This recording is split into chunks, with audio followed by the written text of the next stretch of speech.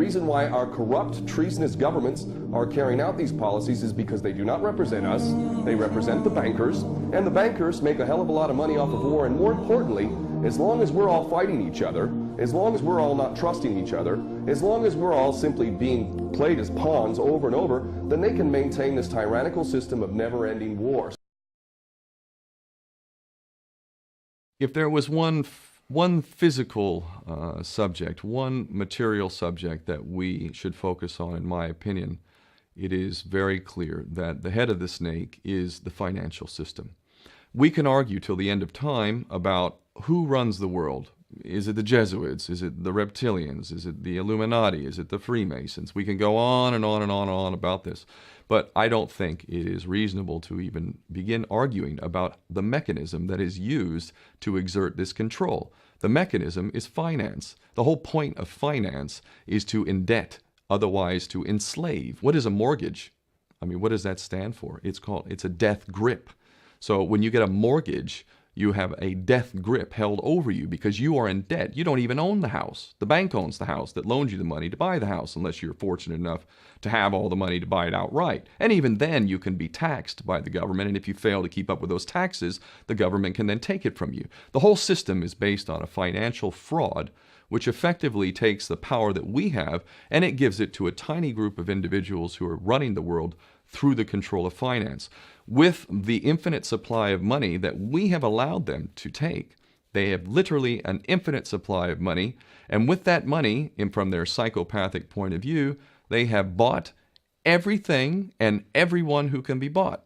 So those of us who cannot be bought, because we operate on a level that goes way beyond the material, we are not rewarded for such behavior. We are punished for such behavior. And the most slovenly, disgustingly criminal, pedophilia, corrupt moral individuals, those are the ones that are rewarded in this system, which is upside down.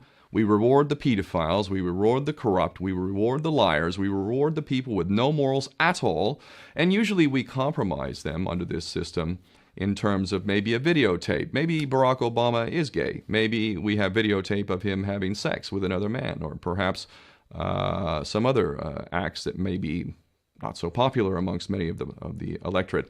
Or maybe we have videos of political leaders having sex with little boys or little girls. If I was in charge of the world and I was a psychopath and completely drunk on my own power, you can bet damn sure that's what I would do. I wouldn't allow anyone in a position of power who wasn't completely compromised. When you have an infinite supply of money, you can do this.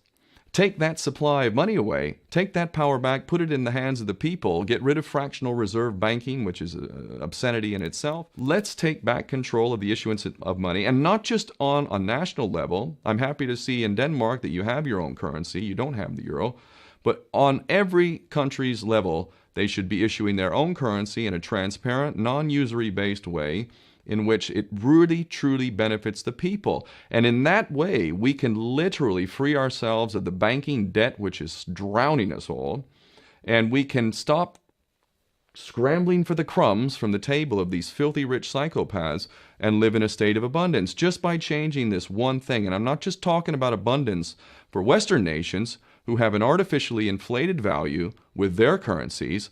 We all in the West are guilty of having that reward while the rest of the world is sucking on it.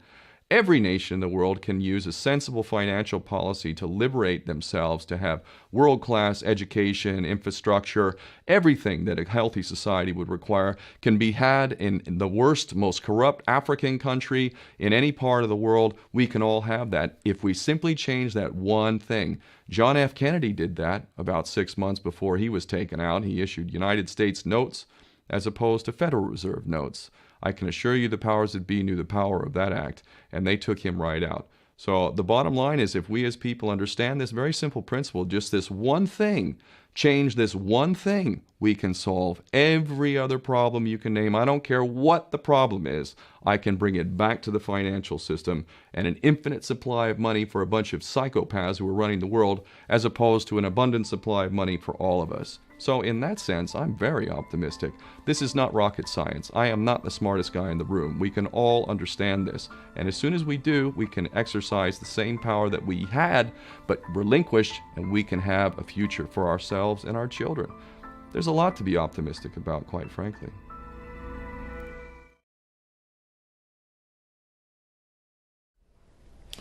Hello, welcome back to Press TV's live coverage of the terrorist attacks that have happened in Paris. Well, joining us for the analytical part of this live coverage, we have Ken O'Keefe, former U.S. Marine, who joins us in the studios here in the capital, Tehran, and Rodney Martin, who's a former U.S. congressional staffer, who joins us from L.A., Los Angeles.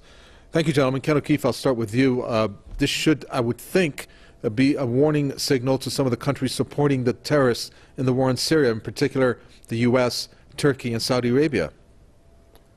Yes, well, I hope actually that it's even more of a wake-up call for us to realize that we are ISIS, that the Western governments that are in bed with Saudi Arabia, who is the primary funder of ISIS, along with Qatar and other Gulf states, we not only provide the political cover and military assistance to Saudi Arabia while it slaughters innocent people in Yemen, but we also provide the cover for them to go ahead and do their dirty dealing with these psychopaths who are running around Syria and other parts of the world as well, Iraq.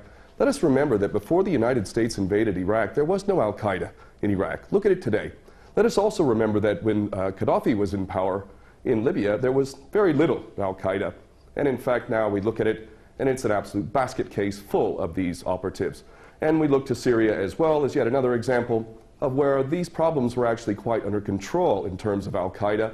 In fact, Bashar al-Assad was assisting the United States, this is all on record, in a very meaningful way. In fact, many of the tortures that were being carried out were being done by Bashar al-Assad, or at least his regime, in order to extract information from people that we were supposedly fighting.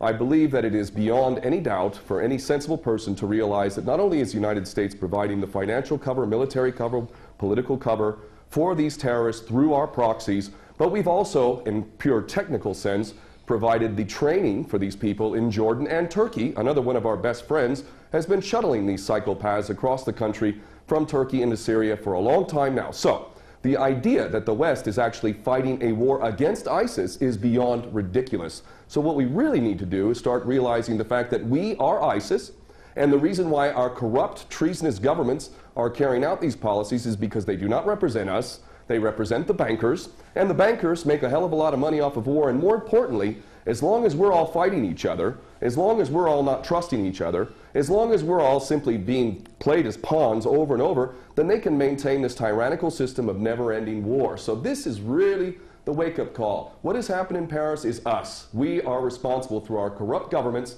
for all of these policies, and even if these individuals who carried this out are not directly working for Mossad, CIA, ISIS, Al-Qaeda, all the same thing, even if they did this organically of their own volition, believe me, that is exactly what our so-called governments want. That is what the policy that we've been fostering over and over. And quite frankly, if we're to look at ISIS, ISIS stands for Israeli Secret Intelligence Service. They never attack Israel, and that in itself also tells you a lot about who these individuals are. Well, some of the events there, Ken O'Keefe, that our guest Rodney Martin talks about in terms of Islamophobia being created again, or more policies to exercise against Muslims, well, maybe this is what the intent is behind these attacks, if there are any hands at play behind the scenes of some of the countries involved in this so-called war on terror. Well, indeed, that's the case, and it's just more of the same now, isn't it? Now, I'm a non-Muslim, and I am angry at the way Muslims have been portrayed around the world. I have lived in Muslim lands, and I have experienced some of the greatest hospitality and generosity that you will ever experience, and yet Muslims in general are being associated with this monstrosity, this most recent monstrosity known as ISIS, which again I say is Israeli Secret Intelligence Service, and also Al-Qaeda previous to that, Al-Nusra Front. All of these things are intended to smear Islam as a whole, 1.8 billion people on this planet, to associate them with this sort of madness, when in fact it is us in the West that are creating this stuff, funding it, very much protecting it. In fact, America has been providing air cover to these psychopaths in Syria and Iraq largely, and we see that when Russia comes in and actually does something constructive, look how long many of these men are shaving their beards and running off with their heads, tails between their legs.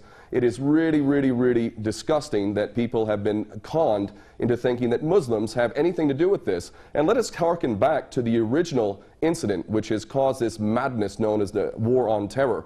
The so-called 19 hijackers in Osama bin Laden is one of the greatest fairy stories ever created.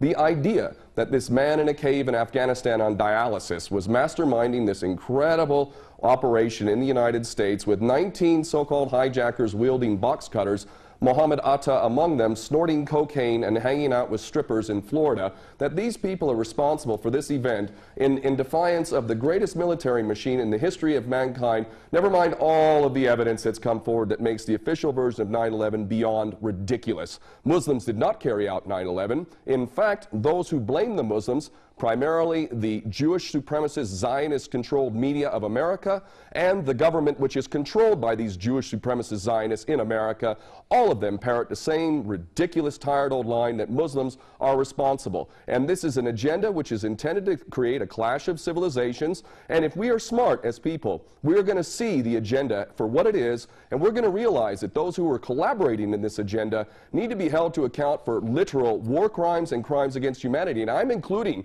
in that not just the politicians in the military, but those in the media who have perpetuated these lies, because there is no way that they could possibly believe this nonsense. These people have literally sold their soul to the service of the devil. This piece of breaking news that's at the bottom of the screen, Ken O'Keefe, that states, it's a message from Assad to Hollande. France suffered on Friday the brutality of terrorism that that has plagued Syria for more than 5 years. That's quite telling in terms of what Syria has experienced. Your reaction to that statement? Yes, it is truly incredible that we listen to anyone, whether it's Francois Hollande or Obama or any of these other puppets, as if anything they says has any merit whatsoever. There is no moral authority at all in the West. When these people get up, they are an embarrassment to all of us who have a functioning brain and a heart. These people are traitors, whether they come from France or whether they come from Britain or America, and everything they say is to be taken as complete and total rubbish. The idea that France and the West is not directly responsible for the mayhem that has been occurring in Syria is again beyond ridiculous. We know for a fact how we've been supposedly funding and supporting the moderate rebels. There is no such thing. Even recently, a U.S. general admitting that there may be 4 or 5 of these people in Syria. The entire policy is intended to create havoc in the Middle East, and it is extremely important that people around the world begin to fully comprehend that these policies that are being carried out in the Middle East are actually not failures. I'm getting sick of hearing so-called experts talking about geopolitics and how America is failing to learn from its mistakes and all of this nonsense. These are not mistakes. These are intentional policies to wreak havoc, to sow the seeds of sectarian hatred. Again, let me cite the fact that before we took Saddam Hussein out in Iraq, there was no Al-Qaeda in Iraq. Also, when we played this game in Libya, there was no such thing as ISIS and all of this madness that's going on in Libya today. Syria, again, while it had its problems, and it certainly had its human rights abuses, most definitely did not have the problem that it has today. Every country that we touch by Western policy, every country that we touch in the Middle East is full of these monsters. Let's look to Iran, the country that we claim to be the biggest threat to everyone, the Israeli Jewish supremacist agenda, which constantly tells us that Iran is the big threat to the world and that it wants to wipe Israel off the map. Let's look at Iran. Let's look how many attacks by Al-Qaeda and ISIS are occurring here. Let's look at how Iran has been fighting MEK, a true terrorist force that has killed over 20,000 people in the last 20 years or so. This nation is fighting terrorism legitimately. It has provided sanctuary to Jews and Christians historically over the millennia. It has not indulged in any war for hundreds of years other than the imposed war in which we forced with our attack dog Saddam Hussein, and yet we are being told that Iran is the threat. Here I sit in Tehran, and I can tell you the threat from ISIS is next to none. And the reason why is because Iran is not a player in this nasty game in which Saudi Arabia, Qatar, other Gulf states, Turkey, Jordan, ourselves, Britain, France, all fund, train, support, and ultimately are responsible for these monsters running around in their latest branded name, ISIS, which I will repeat a third time stands for Israeli Secret Intelligence Service. We're going to end it there. Thank you so much for that. That's Ken O'Keefe, former U.S. Marine, here in the studios with the statements.